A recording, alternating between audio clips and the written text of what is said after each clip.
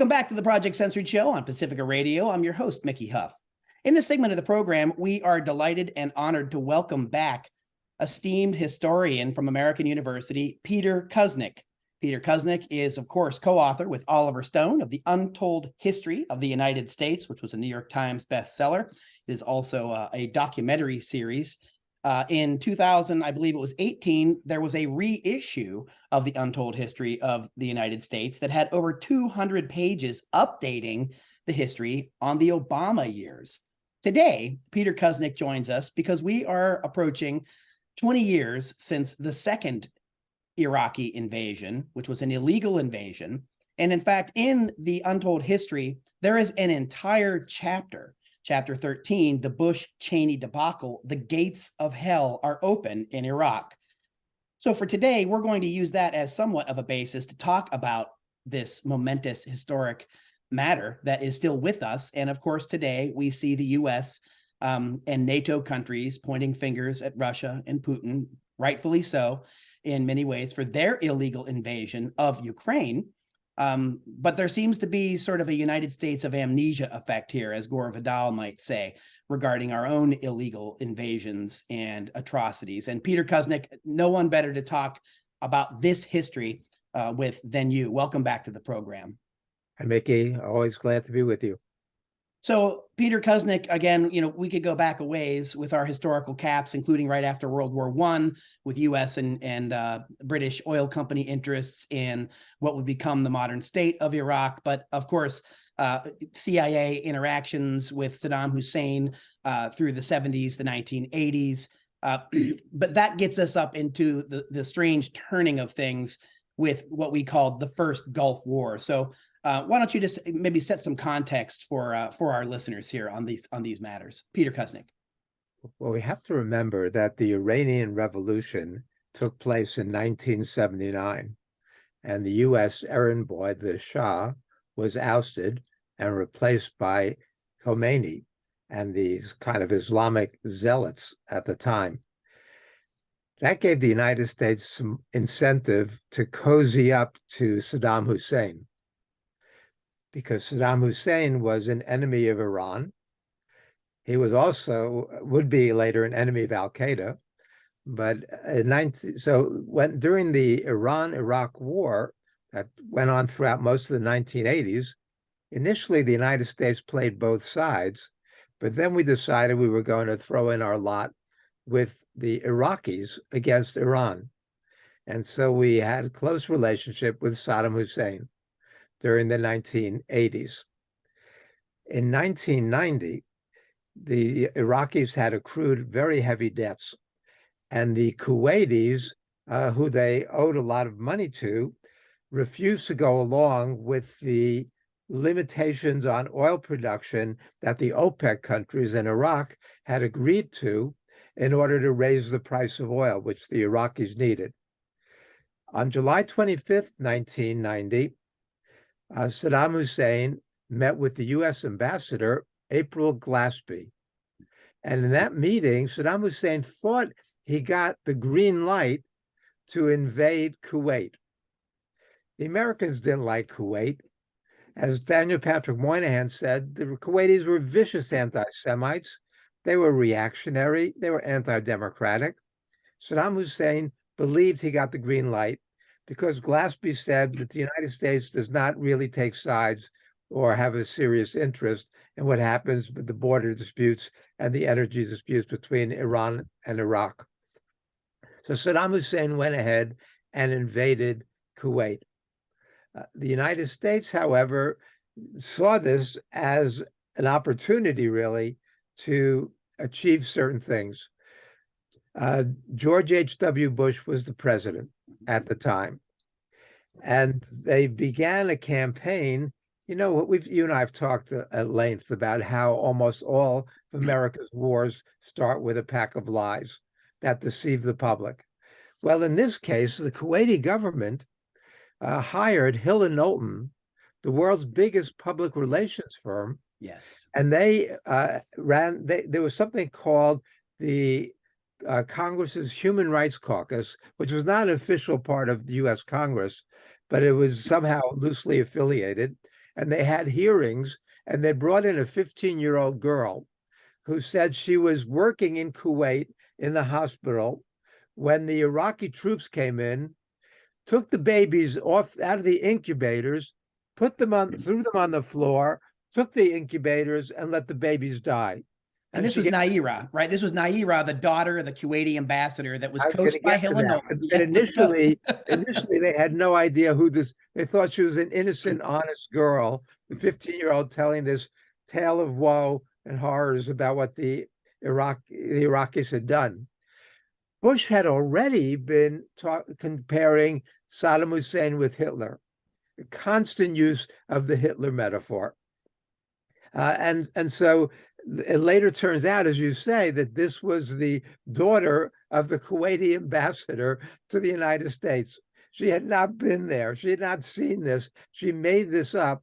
And then H.W. Bush kept quoting this and kept citing over and over again to show how brutal the Iraqis and Saddam Hussein, the modern day Hitler, really were. And that justified the US invasion.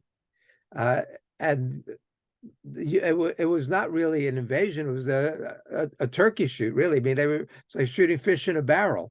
They slaughtered the Iraqi army and the highway of death. Yep. It was ugly. It was brutal. And it effectively set Iraq back decades. And so the Iraqis were humiliated, felt totally betrayed.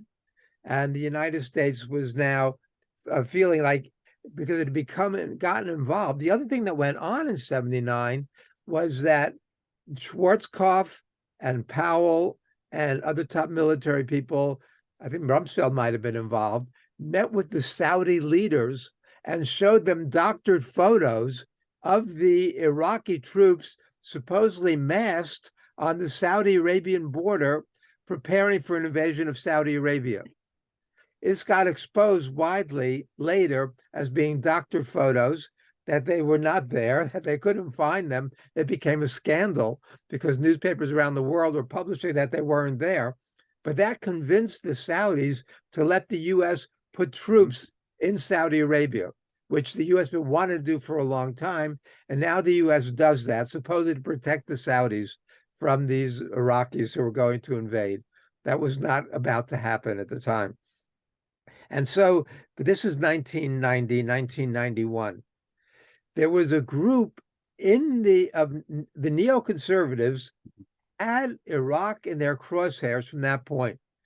The United States in 1991 decided not to follow through and carry the invasion all the way to Baghdad.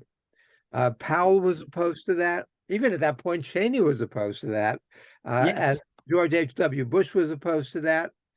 However, there were a lot of Americans who regretted that, none more than Paul Wolfowitz. In fact, Wolfowitz's obsession with Iraq goes back to 1979, when Wolfowitz wrote about the importance of the U.S. presence in the Middle East in order to stop Iraq. He said this is the key to our support for Israel, as well as our support for our allies in the region. So Wolfowitz is obsessed with this.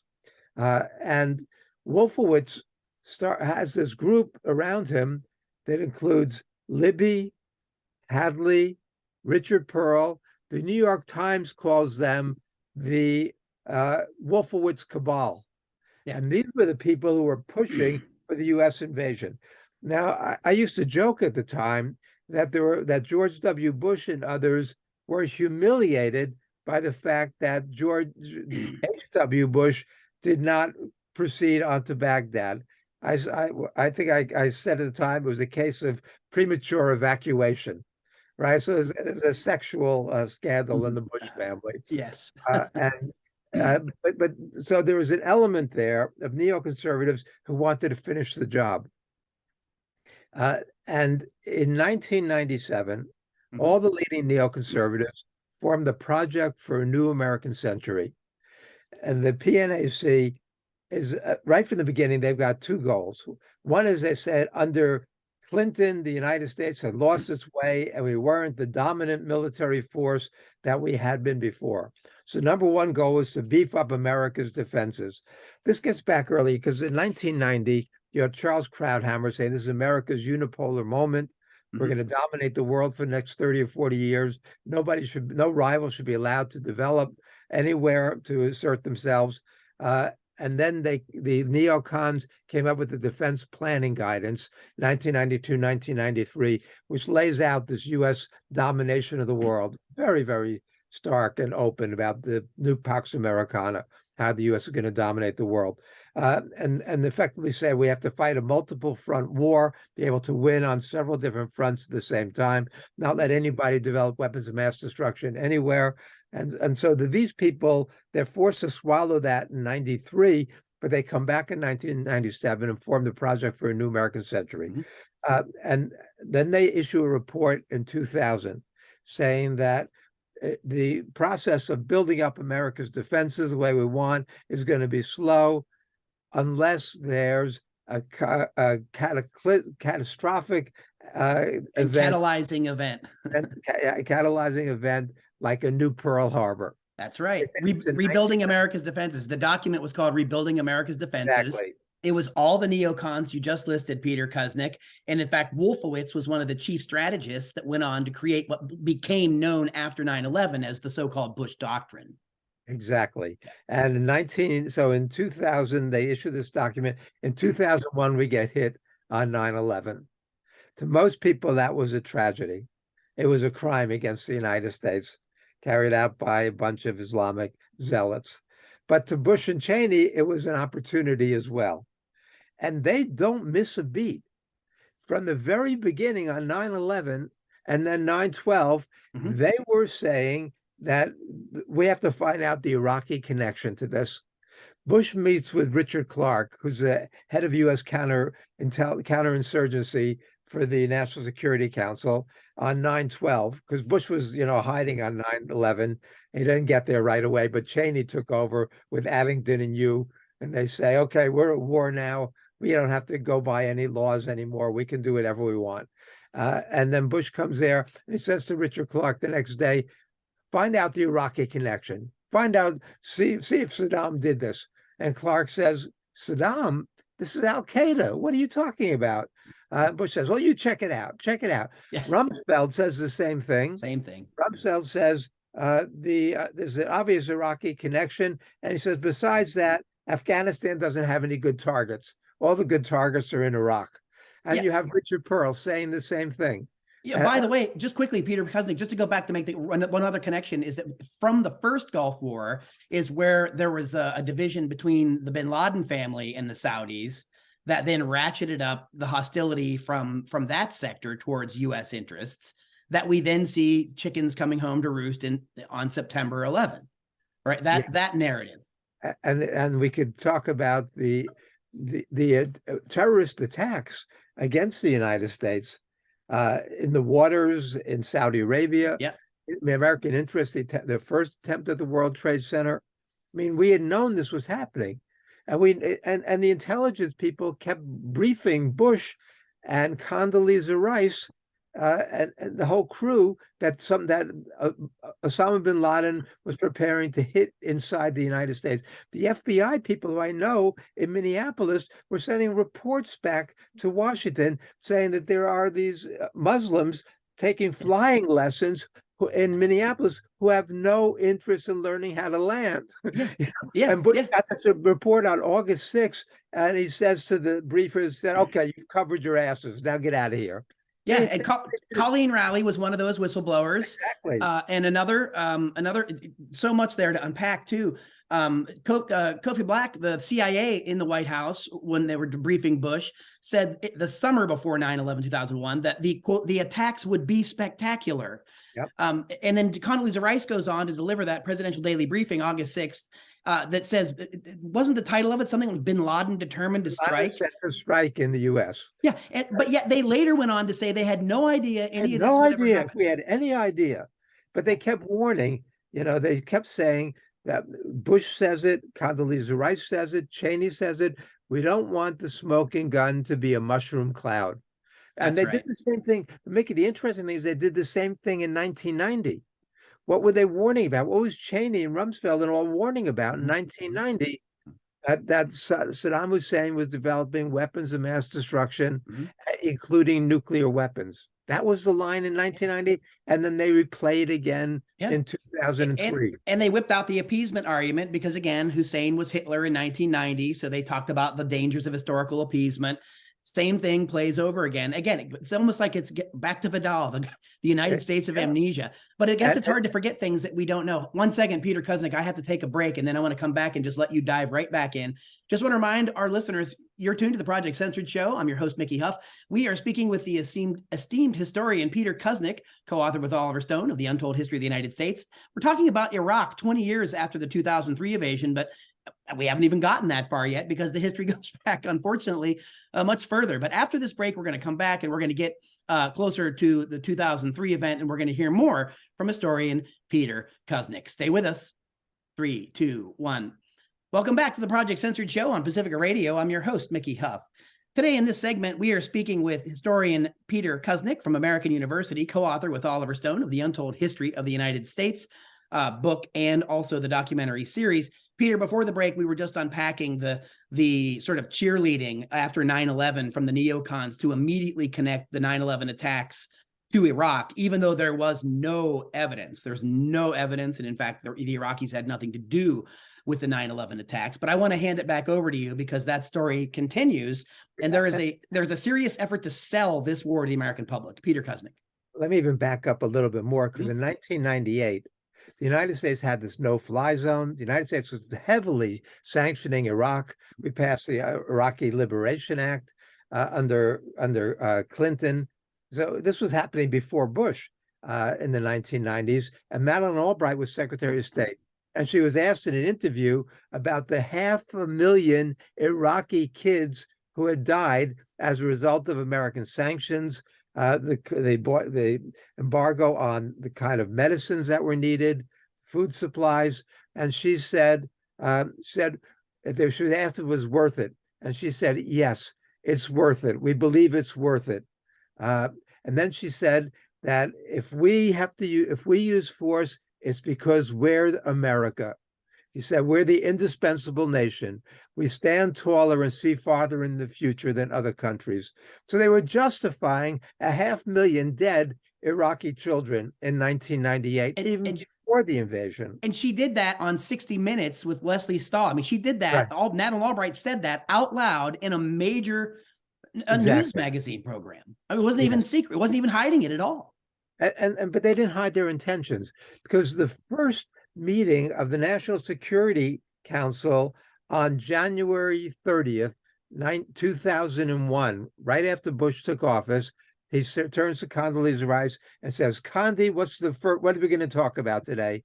And she says, we're going to talk about the way Iraq is unsettling the entire region, the entire Middle East, from the very beginning. And then Paul O'Neill, the Secretary of the Treasury, said that the die was cast from the start. They were obsessed with invading Iraq from the beginning that George W. Bush came to office. And so after 9/11, on September 20th, 9 days later, the Project for New American Century says we should go after Iraq even if they weren't involved in 9/11. So we shouldn't miss this opportunity. And the other leading neocons were saying the same thing. So they, so it was clear that that's what was their intention. They had to get rid of Afghanistan because the world, the American people were expecting us to retaliate against Afghanistan after 9/11, although that's another mistake that we could talk about another time, because that shouldn't have happened either. And then we get bogged down there for more than 20 years. Yeah, well, Wesley Clark comes to mind too, just to pile on to all the evidence, from the very beginning. Wesley Clark came out and said that they had plans to invade 7 countries in 5 years. Yes. A memo that describes how we're going to take out 7 countries in 5 years, starting with Iraq, Syria, Lebanon, Libya, Somalia, Sudan, finishing off Iran. This is a quote, coming from these folks in a conversation, of course, that Wesley Clark had years ago with Amy Goodman. So there's so much evidence that this was planned, contrived. I mean, even to the surprise of some of the top military brass that are saying, like, what are you talking about? Iraq had nothing to do with 9/11, but the script was already written, right, Peter Kuznick? But they needed to find a pretext to invade Iraq. And 9/11 was as good a pretext as any, even if Iraq had nothing to do with it. In fact, some officials... And Cheney kept saying, talking about this supposed meeting in Prague behind Mohammed Atta, who was one of the hijackers at Iraqi intelligence, even though the CIA kept saying that Atta was in the United States. He was right by the Pentagon during this time, that he never had that meeting. The CIA knew that, but they kept putting pressure.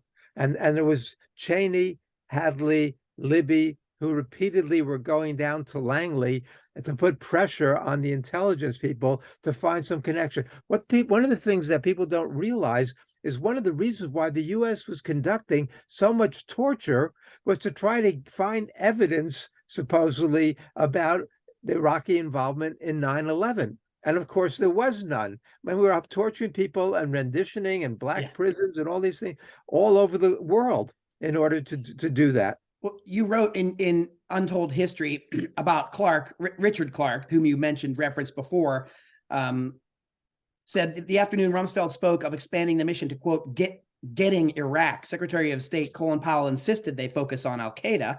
Clark thanked him and expressed his befuddlement over the obsession with Iraq, saying, quote, having been attacked by al-Qaeda, for us now to go bombing Iraq in response would be like our invading Mexico after the Japanese attacked us at Pearl Harbor.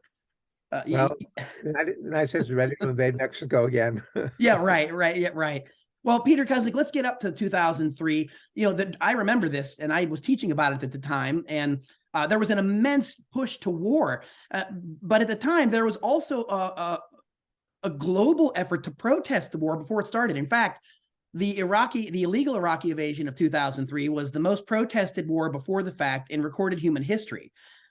So there was a massive outpour of people saying, don't do this. This is not the solution to what happened to 9/11. And in fact, it may exacerbate some of these tensions and cause even more conflict and more problems. And of course, clearly it did. There was a mass propaganda campaign similar to Hill and Knowlton with Naira that involved the Rendon Group, right, and the selling of the Iraq War. In fact, W. Bush's press secretary, I think, or chief of staff, Andrew Card, August of 2002 said, from a marketing standpoint, you don't introduce new products in August, in the summer. And he was talking about the propaganda campaign that they were going to unleash in the fall of 2002 that you alluded to, with people like Rice and Cheney and the rest of them in the mushroom cloud over New York City.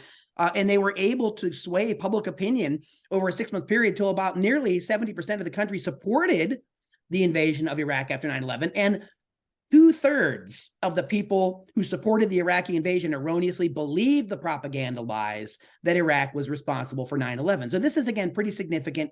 You opened your statements with us in the segment today that the U.S., anytime it's heading into war, it's always on the back of a pack of lies. And here we are again, 20 years on from the wreckage that we caused, and some counts put over 2 million dead in Iraq and millions displaced. So let's talk about this shock and awe, which is also a term borrowed. Let me talk about two threads to that. One was the role of Tony Blair and the Brits. When the public was not buying this argument, despite all the propaganda that was being put out there, they turned to Tony Blair. And Tony Blair issued a dossier that was full of lies. It later produced a big scandal in Britain because it was so full of lies. But Blair slowed Bush down and said, we have to get a United Nations resolution, because he was trying to cover himself back in England. And so they went before the United Nations. However, a very brave young intelligence official, Catherine Gunn, blew the whistle on U.S. efforts to do surveillance and strong arm all these different governments to go along with the UN resolution. And she risked her career. There's a very good movie about that. But how often does somebody, a whistleblower like that, do it beforehand in order to prevent a war? And much to her credit, I know Catherine, she's a great young lady. and very, very brave, and she suffered a lot for that. So that one thing is the British angle. And Blair was known at the time as Bush's poodle, and it was shameful the way he performed, trying to give some credibility to Bush's lies. And the other was Colin Powell, Yes, who also should have known better. And Colin Powell went before the United Nations, and Bush said, Colin, you have to do this because you're the only one in this administration who has credibility. So Colin Powell went there for 75 minutes, and he had fought with a lot of the Libbies and Cheneys and others who wanted him to add more lies to his presentation, and he refused to do it. And he went there and he said, I've got this rock solid case and hard evidence for everything I'm going to say. And he held up the vial of anthrax or powder, and he's talked about that, and he talked about the mobile labs. And I mean, it was one lie after another. And he later admitted this was the low point of his career. And Lawrence Wilkerson, his chief of staff, they also, he came out about it too. Larry's a good friend, and it was really has been really changed as a result of that experience. Well, but for Powell, he's bookending his career. He lied about My Lai in Vietnam, and then here he is lying getting into Iraq. It's unfortunately pretty shameful. Yeah, and this was the best they had to offer. And he was the most sane, and the one who was most hesitant and wanted to find alternatives, really. But it worked, because the support for the war was at 1/3 of the population before his presentation. It jumped to 50% after his presentation. So lies work in the short run. And the lies were about weapons of mass destruction. The UN had inspectors there. Hans Blix headed the inspection team. And Hans Blix would go to the sites the US provided the names and identifications of. And Hans Blix said, how can you be 100% certain they've got weapons of mass destruction when there's 0% accuracy? Because we've checked all these sites, some of them over and over again, more than 500 sites, and no weapons of mass destruction were showing up. And U.S. Inspector Scott Ritter, right? They tarred and feathered him as well. And Scott is still fighting against the lies. The Iraqis issued an 11,800-page dossier detailing the destruction of the weapons of mass destruction that had gone on since 1991. And as Scott says, we could account for 98%, I think he said, of the weapons of mass destruction were destroyed. And we oversaw that through the United Nations. And then Saddam Hussein's son-in-law, who had headed up Iraq's weapons of mass destruction program for 10 years, defected to the United States in 1995. And he gave them so much information that Ralph Ekius, who was the former head of the UN inspections team, said it was embarrassing, the detail he gave us about the destruction of weapons of mass destruction. But what did we do? We invaded. As you said, shock and awe. And the point of shock and awe was to create the effects of an atomic bomb without actually using atomic bombs. And we destroyed that country. It was horrendous. And it was a disaster. And we knew, because the National Intelligence Council kept reporting earlier what was going to happen if the U.S. invaded. And it said there was going to be chaos, and there's going to be sectarian warfare, and the terrorists are going to come there. I mean, they laid out everything that was going to happen, and that's what happened. And the U.S. was as prepared for that invasion as the Russians were for their invasion of Ukraine. And so the only building the U.S. protected in Baghdad was the oil ministry building. That's right. That's right. They looted the artifacts. They looted the museums. It was right from the very beginning. It was staged for television. The toppling of the statue, all of it, all arranged, all staged, and it was an absolute disaster, to the point where even Robert Gates says that if another Secretary of Defense says that he wants to send a U.S. land army into the Middle East, he said he should have his head examined. This is crazy. Well, Peter Kuznick, we're almost out of time in this segment, and I very much appreciate us going through this sort of a walk down memory hole lane, as it were, right? The history that's there But as you say, the untold history, it needs telling over and over again. As George Bush once said, George W., he said, you see, in my line of work, you got to keep repeating things over and over and over again for the truth to sink in. You've got to catapult the propaganda. Well, that's exactly what his administration did. And unfortunately, it seems like that's what other historians are going to need to do in reverse to tell the stories that you're telling, right? To really go back and look at the truth of this and how much was known. And then, of course, after the invasion, it all came out. All the lies of Judy Miller relying on the CIA plant Chalabi, who was supposed to take over. I mean, it's really riveting. Curveball was even worse than Chalabi. Yeah, it's amazing, really. I mean, Chalabi says we're heroes in error. Yes, yeah. we made it all up, but it was great that the U.S. invaded. Well, let's, in the minute we have left here, Peter Kuznick, which is impossible, but here we are 20 years after that. Russia is involved in a horrible war in Ukraine. The U.S. is basically treating it as a proxy war with NATO. We're really flirting with some really major potential disasters with nuclear war and everything else. And I know you've been outspoken about this. We've had you on the show about it. But what are some things you'd like for folks to take away about 20 years on from Iraq and why this history really matters?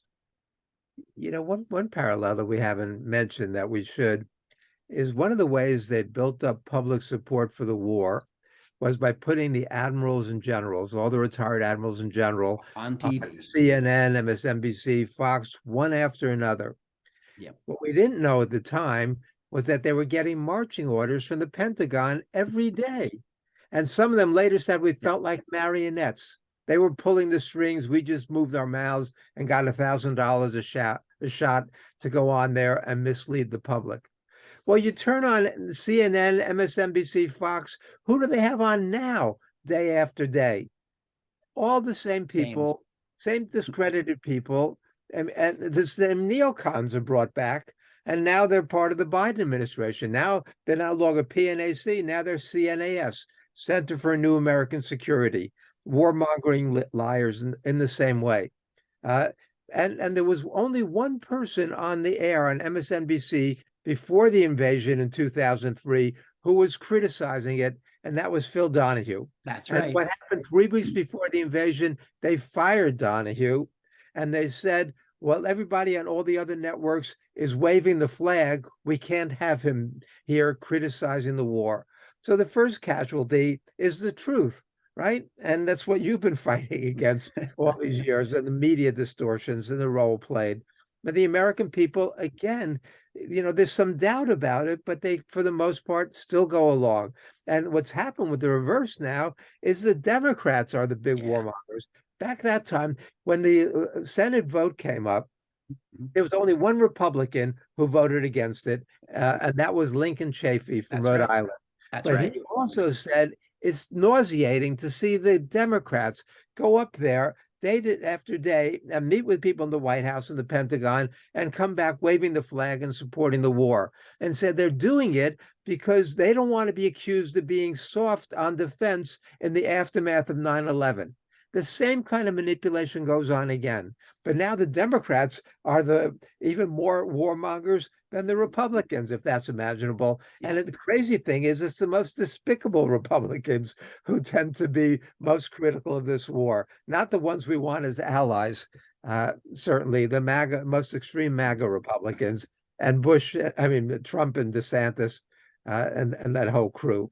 Well, yes. Peter Kuznick, we need more public intellectuals like you speaking out and reminding the American public the degree to which they have been ritually hoodwinked and misled. We need to be routinely reminded of the power of the military-industrial complex over our media. And again, 20 years on, it's a tragedy that continues in Iraq and in the Middle East. And I just thank you for all the work that you've done to try to expose that. And you've written a brilliant history in the untold history of the United States. So Peter Kuznick, any last words for us today in our segment? Mickey, we still have 2,500 troops there in Iraq. The country is suffering terribly. And who is the big winner from this war? Iran. Yeah.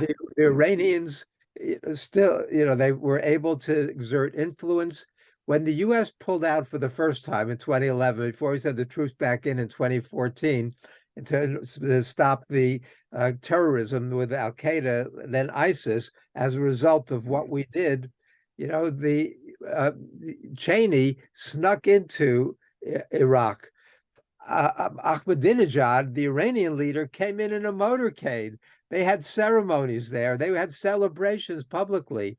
And the point that was made was that the Iranians were the big winners, and there were no winners because the Iraqi people suffered terribly and are still suffering terribly. You mentioned some of those casualty figures.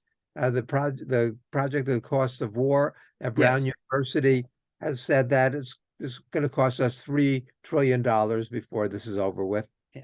And I know we're out of time, but the reason too that we know so many horrible things that went on in Iraq with torture and everything came from Chelsea Manning leaking cables to Julian Assange and WikiLeaks, who's still being punished in Belmarsh. If it weren't for whistleblowers and the tradition of your good friend Dan Ellsberg from the Pentagon Papers fame leaking these documents to WikiLeaks, we wouldn't have as much of the evidence we do as what a complete illegal debacle this invasion has been in Iraq. And again, we're out of time for this segment, but I would love to have you back on because you always have so much insight and things to share with us. But thank you so much for your time here this afternoon, Peter Kuznick. Thank you, Mickey. Keep up the great work.